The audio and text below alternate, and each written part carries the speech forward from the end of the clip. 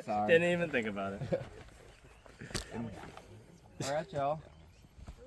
Welcome to your next immunity challenge. Ethan, I'll take it back.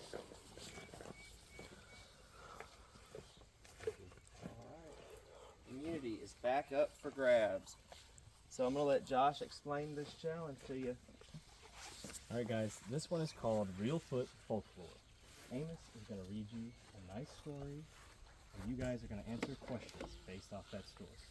How it's going to work, of course, like I just said, Amos is going to read a story, everyone's going to sit here, listen. This is the easiest part of the challenge. After that story has been read, it'll only be read once, and he'll go out. Everyone's going to start at the table. Your names are on this table right here. You're going to go out to these boxes. There will be production members standing by that. So like Aaron over there with the umbrella hat, Miss Penny over here, Pete will be over there by that lawn chair, and there's more. So there's 5 boxes, okay? Each box has 3 separate compartments, okay? On the front of the box, we'll have the question on the top, and the answers will be on the back. 2 answers are wrong, 1 answer is correct. You are looking for a fire token, which will have a number written on the back of it. So on the flat side, okay? You are looking to get 1 through 5. So 1, 2, 3, 4, 5. When you have all 5 of your tokens by your mat, you win this challenge, okay? You cannot grab tokens for someone else. You cannot grab more than 1 token. And if you answer incorrectly, so if you lift up a box and there's no token in there, you have to run back to the table, touch it, and you can go back and guess again, okay? Let's see what else we got. Can you explain the numbers a little bit better? And how the boxes work? Yeah, that's a Is little there a box confusing. over there? I don't see one. When the production members are sitting by it, it'll make a lot more sense. Black chair. When European settlers first ventured into the western wilderness of America, they encountered the Shoshone and Comanche tribes, who were often in conflict. According to legend, their disagreements originated at the springs of Manitou. This Sarasota of the West, nestled in a hollow of the foothills under a shadow of majestic Pikes Peak, was a traditional meeting place for several indigenous families. Councils were held in peace there, as no one dared to provoke the wrath of Manitou, whose spirit is believed to reside in the sparkling medicine waters. However, there was an exception to this tradition. Centuries ago, a Shoshone and Comanche stopped at these springs on their way back from the hunt to drink. Shoshone had been successful, while the Comanche was empty-handed and irritable. Envious of the other's luck and skill, the Shoshone, carrying a deer on his shoulders, knelt by the spring, poured a handful of water on the ground as an offering to the spirit of the place, and then drank. The Comanche, looking for any excuse to start a quarrel, saw this as an opportunity. Why does a stranger drink the water at the spring that has his children drink from it? He challenged. I am Asakwa, chief of Shoshone, and I drink the head water. Shoshone and Comanche are brothers. Let them drink together. No, the Shoshone pays tribute to the Comanche, and the Wakimash leads the nation to war. He is chief of the Shoshone, and he is of his own people. Wakimash lies. His tongue is forked like the snake's. His heart is black. When the Great Spirit made his children, he said not to one, drink here, and another, drink there, but gave water that all might drink.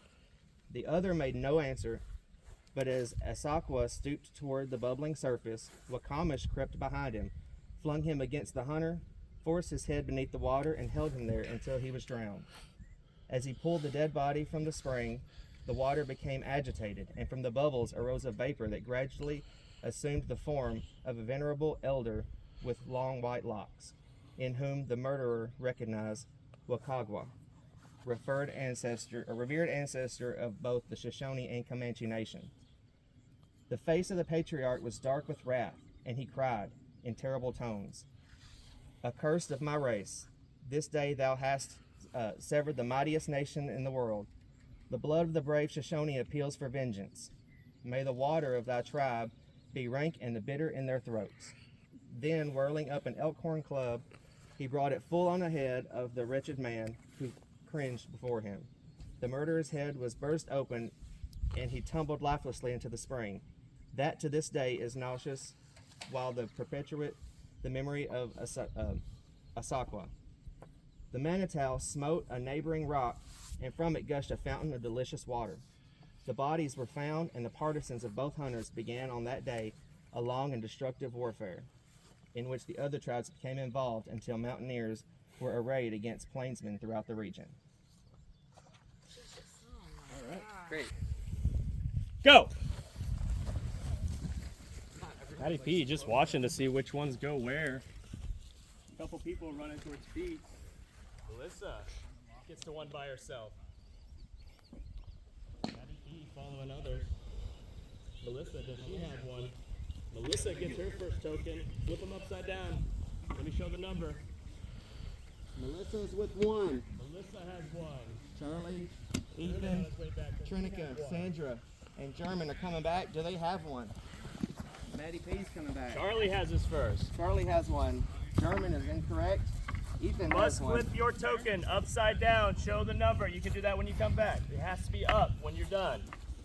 You show the number now? Show the number. You can do it now if you want. Doesn't matter. Just has to be all flipped over when you're done. Remember, tokens number side up when you want to be Trinica's finished. with two. Number Maddie side is with two. German is with one. Erie gets her first. Sandra's Sandra with has two. Maddie P has two. Melissa's back with her second. Charlie has two. Ethan back with his second. Trinica has two. Tony with one. Erie with one. Tony back. Misses. German with his second.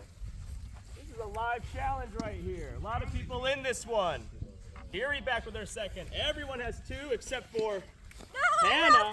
Hannah has two now. Tony only one without one.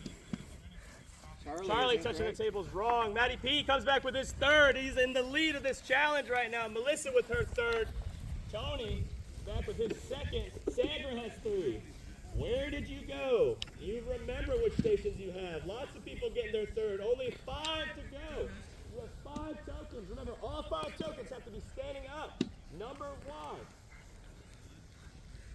Melissa, Maddie's hustling. Matty P running back with one. Does he have one? He has 4. Melissa has 4. Maddie P Melissa has 4. Hannah has 3. Tony coming back. Does he have one? Tony has his third. Remember, your number has to be up if you want to finish this challenge. Sandra coming back. Does she have one? Right now it is Melissa and Maddie P. Matty P hoping to seal this deal. Melissa trying to seal it. Charlie coming back with his 4th, hopefully. Melissa's heading back if she is correct. Melissa hoping she's right. If she's correct, this could be immunity for her. Sandra has her 4th. Fuck yes! And Melissa wins immunity. I can't even talk. I'm not so dry. Good job, Melissa. Whoa.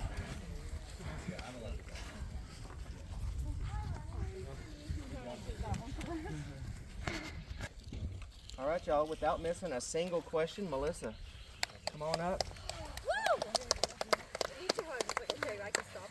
All right. Melissa is safe from tribal council, guaranteed a 1 in 9 shot of winning this game. Everybody else is going to be fair game. You guys head on back to camp and figure out who it's going to be.